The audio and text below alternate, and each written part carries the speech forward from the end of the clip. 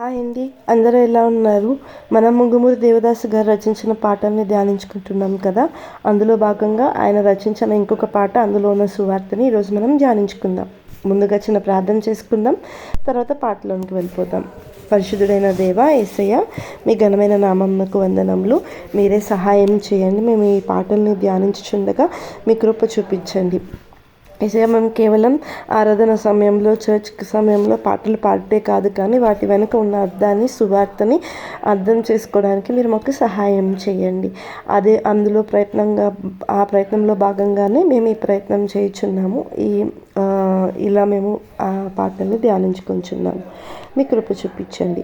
మా అందరి ప్రార్థనని మీ సన్నిధికి అంగీకరించండి. నన్ను మరుగు చేయండి. మీరే మాట్లాడండి.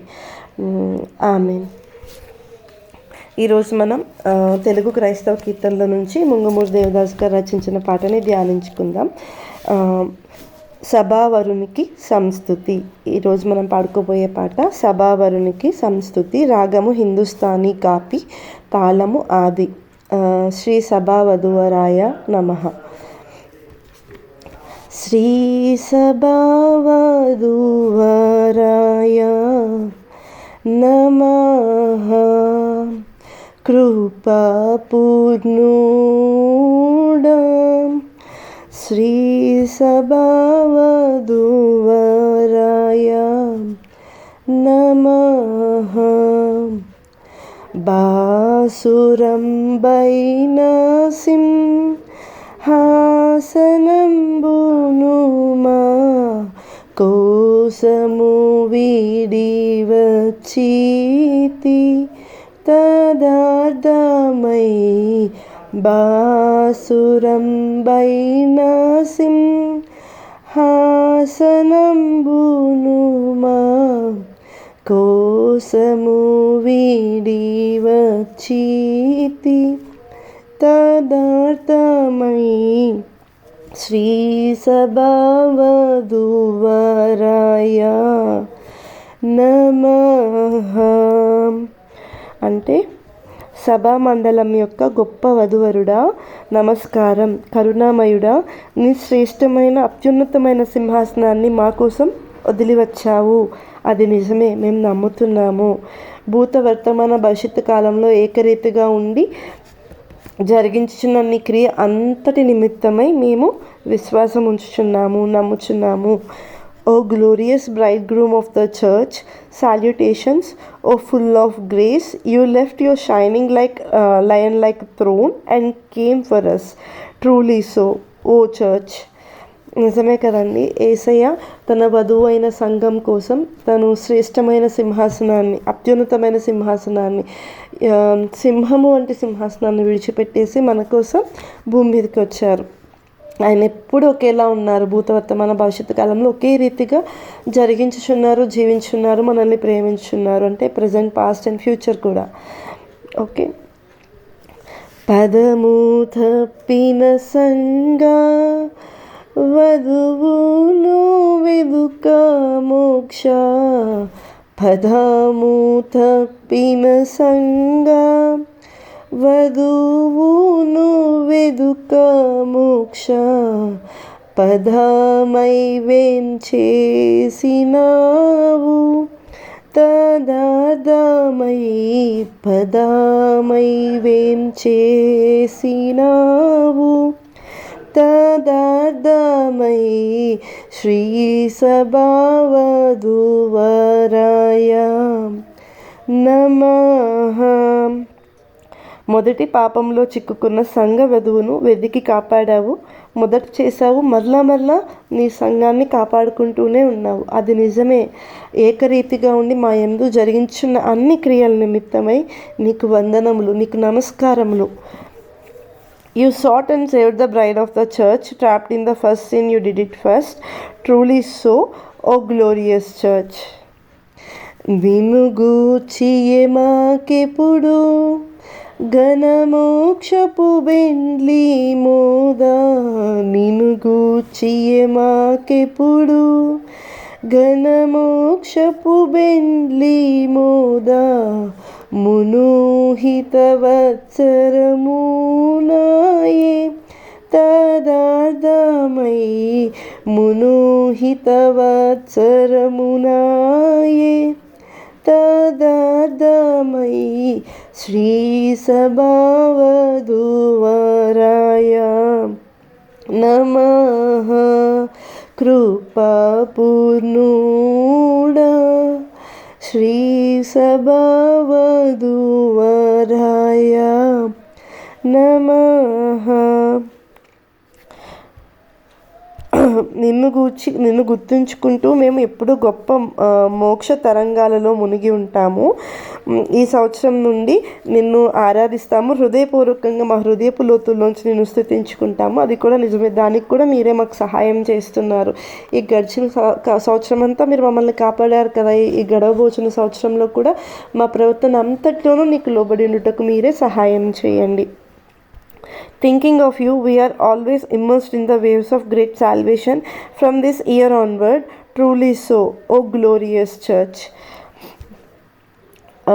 సో యేసుక్రీస్తు ప్రభు వారి కోసం సంఘం వధువుగా ఎలా సిద్ధపడుతుంది, ఎలా సిద్ధపడాలి, యేసయ్య తన సంఘాన్ని ఎంతగా ప్రేమిస్తున్నారు, వారిని కాపాడడానికి ఎంతగా తాపత్రయపడుతున్నారు అనేది మనం ఈ పాటలో చూసాము. ఆయన మన కోసం నిజంగానే భూమి మీదకి వచ్చారు. తన గ్లోరియస్ ప్లేస్ని, తన శ్రేష్టమైన ప్లేస్ని విడిచిపెట్టేసి మన కోసం, నా కోసం భూమి మీదకి వచ్చారు. అలాంటి దేవునికి మనం ఎప్పుడూ సంస్థుతులు చెల్లించుకోవాలి, నమస్కారములు చెల్లించుకోవాలి. మనం దీని గురించి వాక్యంలో చూసుకున్నట్లయితే ఎఫెసీయులకు రాసిన పత్రిక 5వ అధ్యాయం 25 నుంచి 27 వచనాలు ధ్యానించుకుందాం. Ephesians 5 chapter 5 25 to 27 verse. Bible open చేసినట్లయితే ఎఫెషియన్స్ 5 25 to 27. ఫస్ట్ ఇంగ్లీష్లో చదువుదాం.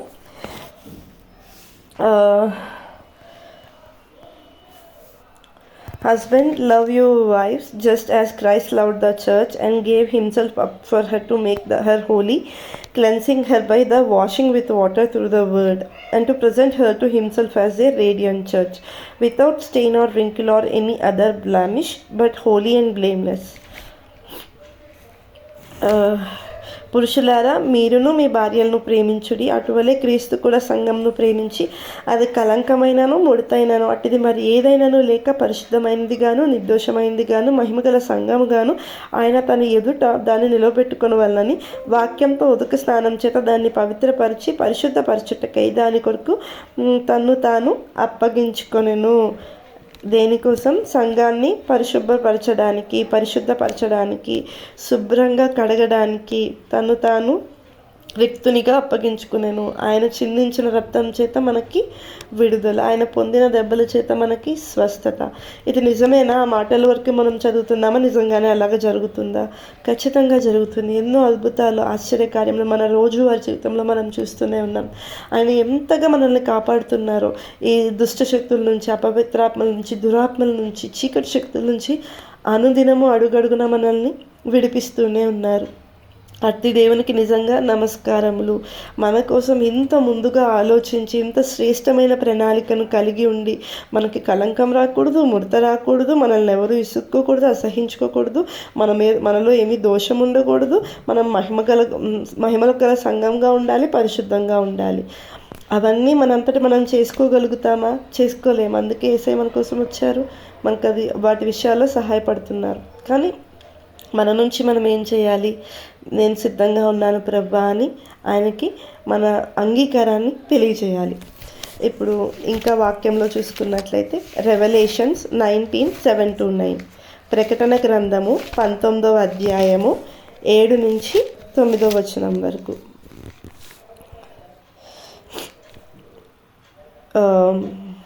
Let us rejoice and be glad and give him glory, for the wedding of the Lamb has come, and his bride has made herself ready.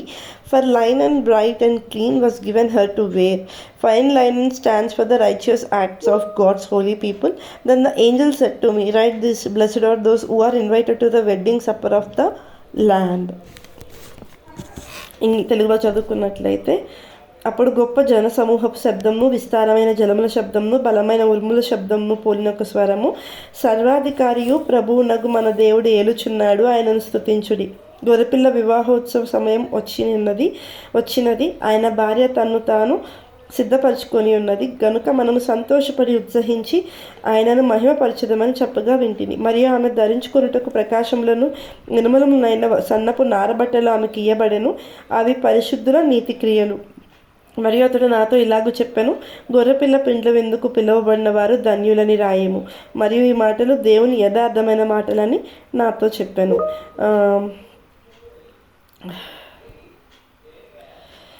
So ఇక్కడ దేవదూత యోహాన్ గారితో ఏం చెప్తుంది, గొర్రెపిల్ల మహోత్సవంకు గొర్రెపిల్ల వివాహ విందుని ఆయనకి కనపరుస్తుంది అనమాట. వివాహ మహోత్సవం అక్కడ ఎలా జరగబోతుంది, వధువు ఎంత పరిశుద్ధంగా తన నీతి క్రియలు అనే వస్త్రంతో తాను ఎలా అలంకరించుకుంటుంది అదంతా యోహాన్ గారికి కనిపిస్తుంది అనమాట. అవి చాలా యథార్థమైన మాటలని, అవి ఎవరైతే చదువుతారో, వింటారో, నమ్ముతారో వాళ్ళు ధన్యులని కూడా మనం ఇక్కడ చెప్పడం చూస్తాం.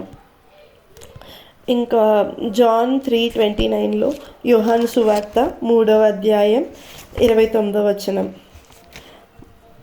The bride belongs to the bride groom, the friend who attends the bride groom waits and listens for him and is full of joy when he hears the bridegroom's voice. The joy is mine and it is now complete. 3:29 తెలుగులో చదువుతున్నాను. పెండ్లి కుమార్తె గలవాడు పెండ్లి కుమారుడు అయితే నిలువబడి పెండ్లి కుమారుని స్వరము వినడి స్నేహితుడు ఆ పెండ్లి కుమారుని స్వరం విని మిక్కిలి సంతోషించును. ఈ నా సంతోషం పరిపూర్ణమై ఉన్నది. ఆయన హెచ్చవలసి ఉన్నది, నేను తగ్గవలసి ఉన్నది. అయితే దేవుడు హెచ్చవలసి ఉన్నది, మనం తగ్గవలసి ఉన్నది. దేవునిలో మన సంతోషం పరిపూర్ణమవుతుంది. మనం ఎప్పుడైతే పెండ్లి కుమార్తెగా సిద్ధపడతామో, మన పెండ్లి కుమారుడి కొరకు, మన యేసయ్య కొరకు, ఆయన తిరిగి వచ్చే రాక కొరకు మనం ఎప్పుడైతే